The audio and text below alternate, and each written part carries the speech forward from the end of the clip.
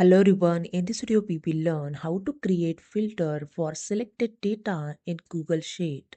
So let's start. Open your Google Sheet and select the range of data. So here I select the order ID to sales amount up to 13 row number. You can see the 13 row number and simply right click on the mouse, then click on the create a filter, and you can see the filter is apply.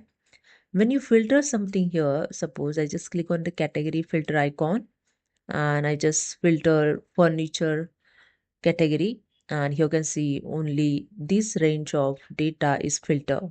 Okay, other range of data is not filter.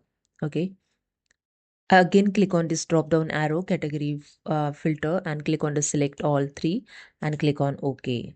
Now to remove this filter, simply right click on the mouse and click on the remove filter option, and that's it, your filter is removed. Hope you understood. If you like this, please subscribe. Thank you so much.